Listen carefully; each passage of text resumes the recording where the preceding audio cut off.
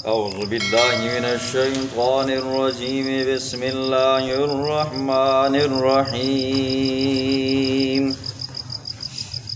ولا تطرد الذين يدعون ربهم بالغداة والعشي يريدون وجهه ما عليك من حسابهم من شيء وما من حسابك عليهم من شيء فتطردهم فتكون من الظالمين وكذلك فتنا بعضهم ببعض ليقولوا أهؤلاء من الله عليهم من بيننا أليس الله بأعلم بالشاكرين وإذا جاءك الذين يؤمنون بآياتنا فقل سلام عليكم كتب ربكم على نفسه الرحمة أنه من عمل منكم سوءا بجهالة ثم تاب من بعده وأصلح فأنه غفور رحيم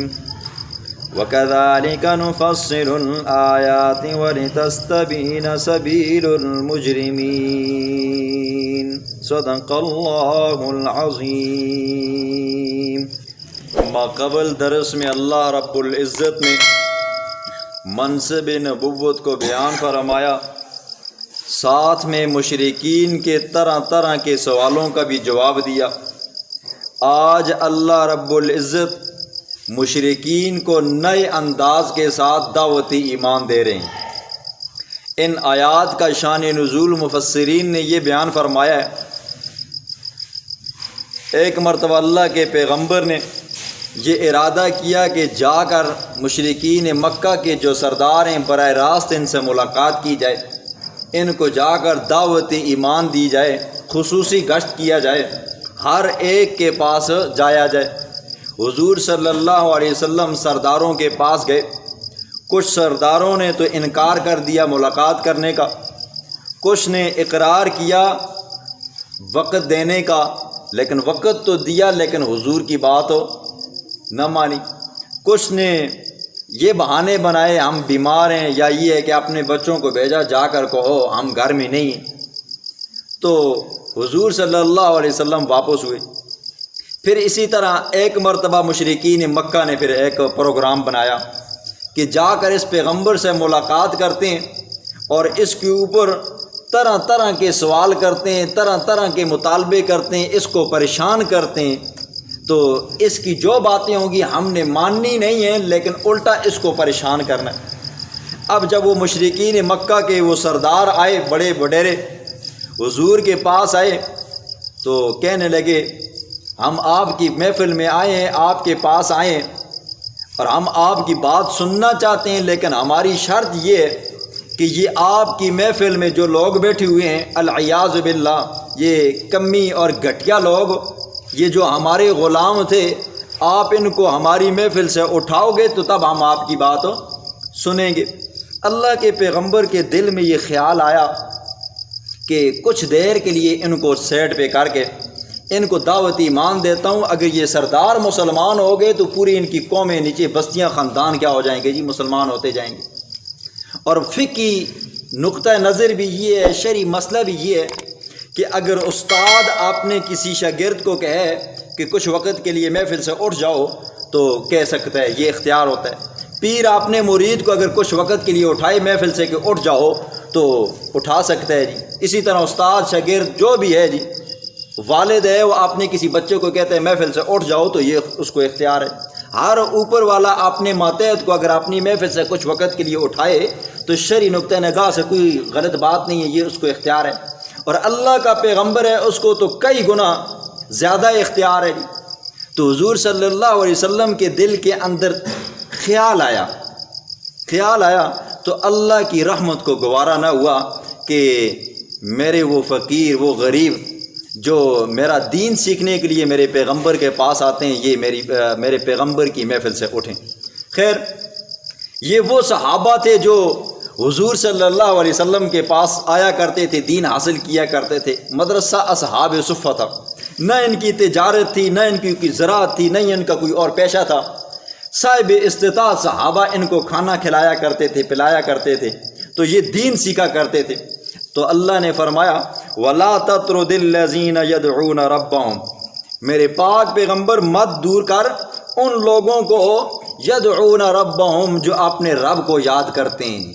بالغدات صبح کے وقت، والعشی شام کے وقت۔ اور مطلب کیا ہے جی؟ اپنے رب کو یاد کرتے ہیں، یریدون وجہ اللہ، صرف اللہ کی رضا چاہتے ہیں، آپ کے پاس دین حاصل کرنے کے لیے آتے ہیں۔ ما علیک من حسابہم، آپ کے اوپر نہیں ہے ان کا کوئی حساب، وما من حسابک علیک من شیء، اور آپ کا ان کے اوپر کوئی حساب نہیں ہے۔ دن قیامت کے آپ نے اپنے اعمال کا حساب دینا ہے، انہوں نے اپنے اعمال کا حساب دینا ہے۔ فتطردہم فتکون من الظالمین، اللہ نے غریب صحابہ کی، غریب محفل کے لوگوں کی اللہ نے دل جوئی فرمائی، فرمایا فتطردہم فتکون من الظالمین، میرا پاک پیغمبر اگر آپ ان غریب لوگوں کو محفل سے اٹھا دو گے نا جی تو آپ ظالموں میں سے ہو جائیں گی۔ دیکھیں اللہ کے کاموں کے اندر بڑی حکمتیں ہیں، اللہ کے اس کام کے اندر بھی بڑی حکمت تھی۔ ایک وہ حکمت جو حضرت شیخ نے لکھی ہے اپنی تفسیر کے اندر، فرماتے ہیں کہ اگر اس وقت اللہ کا پیغمبر اپنے صحابہ کو اٹھاتا تو بعد میں آنے والے لوگ اپنے آپ کو جو امیر کہتے ہیں وہ غریبوں کے ساتھ بیٹھتے نہیں، وہ غریبوں کی محفل میں نہ آتے، وہ غریبوں کے ساتھ گلے نہ ملتے، وہ غریبوں کے ساتھ کھانا نہ کھاتے جی۔ یہ دیکھیں اسلام نے اس چیز کو بالکل ختم کیا جی، چھوٹا ہے یا بڑا ہے، غریب ہے یا امیر ہے، اسلام کے دائرے میں آ گیا، سب برابر ہے۔ آج بھی آپ یورپوں میں جاؤ نا جی تو کالے حبشی جو انگریز ہیں جی وہ سفید چمڑی والوں کے گرجے میں نہیں جا سکتے، اسی طرح کالے حبشیوں کے جو بچے ہیں نا جی وہ سفید چمڑی والے انگریزوں کے سکول میں نہیں پڑھ سکتے۔ ان کی ہر چیز کالے انگریزوں کی وہ ہر چیز کیا ہے جی علیحدہ کی ہوئی ہے، اور گوروں کی چٹوں کی علیحدہ کی ہوئی ہے جی، ان کے ساتھ بیٹھنا بھی گوارا نہیں کرتے۔ لیکن قربان جاؤں اسلام کے اوپر، اسلام کہتا ہے کالا یا پیلا یا چٹا یا رتا ہے جو بھی ہے جی آپ کا بھائی ہے، انما المؤمنون اخوہ، یہ آپ کا بھائی ہے۔ یہ اسلام نے ہمیں یہ سکھایا ہے کہ مسلمانوں کے درمیان میں کوئی امتیاز نہیں ہے جی۔ آج اگر یہ ہوتا نا جی، ہر بندہ یہ دلیل بناتا ہے، دیکھو نا جی وہ مشرکین مکہ حضور کی محفل میں آئے تھے، صحابہ کو اٹھا دیا تھا، لہٰذا آپ ان غریبوں کو اٹھاؤ جی۔ محفل تو جمتی غربا کے ساتھ ہے نا جی، اور اللہ کے پیغمبر کی محفل بھی جمع کرتی تھی ان غربا صحابہ کے ساتھ جو 24 گھنٹے حضور کے پاس بیٹھا کرتے تھے۔ فرمایا وَكَذَلِكَ فَتَنَّا بَعْضَهُمْ بِبَعْضٍ لِيَقُولُوا، میرے پاک پیغمبر ہم نے بعض کو بعض کے ذریعے آزمایا ہے، کسی کو ہم نے دولت دی ہے، کسی کو ہم نے حسن و جمال دی ہے، کسی کو ہم نے اخلاق دی ہے، کسی کو ہم نے کیا چیز دی ہے، یہ ہم نے جو کچھ بھی دی ہے بطور آزمائش کی دی ہے۔ اگر آج تیرے پاس دولت آ گئی ہے، دیکھتا ہوں کہ غریب غربا کے اوپر خرچ کرتا ہے یا نہیں کرتا، غریب غربا کے ساتھ برتاؤ اچھا کرتا ہے یا نہیں کرتا۔ آج میں نے تجھے حسن دیا ہے تو آیا وہ بدصورت کے ساتھ، بد شکلے کے ساتھ تو ٹھٹھا مذاق تو نہیں کرتا۔ اللہ فرماتے ہیں یہ ہم نے آزمائش کے طور پر دیا ہے۔ کوئی بندہ یہ نہ سوچے مال آیا تو میں کیا ہوں جی بڑا تھندار لگ گیا ہوں، حسین و جمیل ہے تو غریب کو یا یہ ہے کہ بد شکلے کو انسان ہی نہ سمجھے۔ فرمایا لیقولوا اہؤلاء من اللہ علیہم من بیننا، ہم نے یہ آزمائش کیوں ڈالی ہے بعض کی بعض کے درمیان میں، تاکہ کہیں وہ لوگ اہؤلاء من اللہ علیہم من بیننا، کیا یہ وہ لوگ ہیں، یہ وہ غرباء ہیں جن کے اوپر اللہ کے انعامات ہوتے ہیں ہمارے درمیان میں، ہمارے اوپر انعامات نہیں ہوتے۔ ان غرباء کے لیے قرآن بن کر آتا ہے، ہم امیروں کے لیے نہیں بن کر آتا۔ فرمایا الیس اللہ بعالم بالشاکرین، کیا اللہ نہیں جانتا جی شکر کرنے والوں کو؟ شاکرین کی اللہ صفت کرتا ہے جی، ان غرباء کی اللہ تعریف کرتا ہے جو دن رات اللہ کا قرآن پڑھتے ہیں، جو دن رات تعلیم سیکھتے ہیں، حضور کی محفل میں آتے ہیں۔ فرمایا وَإِذَا جَاءَكَ الَّذِينَ يُؤْمِنُونَ بِآيَاتِنَا، میرے پاک پیغمبر غرباء لوگ اگر آپ کی محفل میں آئیں، آپ کے پاس آئیں دین سیکھنے کے لیے، تو جب آئے نا جی فقل سلام علیکم، میرا پاک پیغمبر تو ان کو سلام کیا کر۔ دیکھیں جی غرباء کی شان کتنی ہے۔ اللہ فرماتے ہیں میرے پاک پیغمبر جب یہ آپ کے پاس آئے نا جی وہ لوگ جو ہماری آیات کے اوپر ایمان لاتے ہیں نا، تو فقل سلام، میرا پاک پیغمبر تو سلام کیا کر، اور کہا کر کتب ربکم علی نفسہ الرحمہ، لکھ رکھی ہے اللہ نے اپنی ذات کے اوپر رحمت۔ اللہ بڑا غفور رحیم ہے کہ وہ غریب غرباء کو بڑی دل جوئی کرتا ہے جی، غریب غرباء کے دلوں کے اندر، تاکہ یہ شک نہ آئے، یہ احساس کمتری نہ آئے کہ یہ مالدار ہے، میں اس کے ساتھ بیٹھوں گا تو یہ مجھے کیا کہے گا۔ نہیں، غرباء کو اللہ نے بڑی شانیں دی ہیں جی۔ حدیث میں آتا ہے دن قیامت کے غرباء لوگ کئی سو سال مالداروں سے پہلے جنت میں جائیں گے۔ کیوں؟ غرباء کے پاس مال نہیں ہوگا جی، تو امیر وہاں پہ پھنس جائیں گے۔ فرمایا انہ من عمل منکم سوءا بجہالۃ،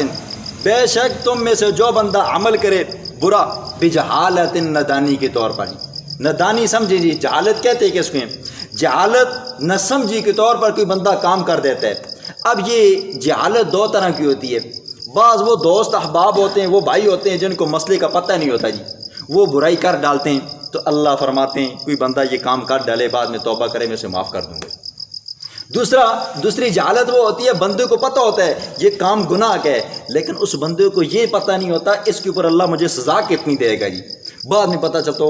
میں نے یہ گناہ کا کام کیا، اس کو بہت بڑی سزا ہے، وہ بندہ توبہ کرتا ہے تو اللہ اسے بھی معاف فرما دیتے ہیں۔ لیکن وہ بندہ جسے پتہ ہے یہ گناہ ہے جی اور اس کے اوپر اتنی سزا ہے، وہ بندہ اللہ کے شکنجے میں آ جائے گا، وہ بچہ بچ نہیں سکے گا۔ پھر فرمایا ثم تاب من بعدہ، پھر وہ بندہ اس کے بعد توبہ کرتا ہے، واصلح، اپنے اعمال کو صحیح کرتا ہے، اے اللہ مجھ سے گناہ ہوا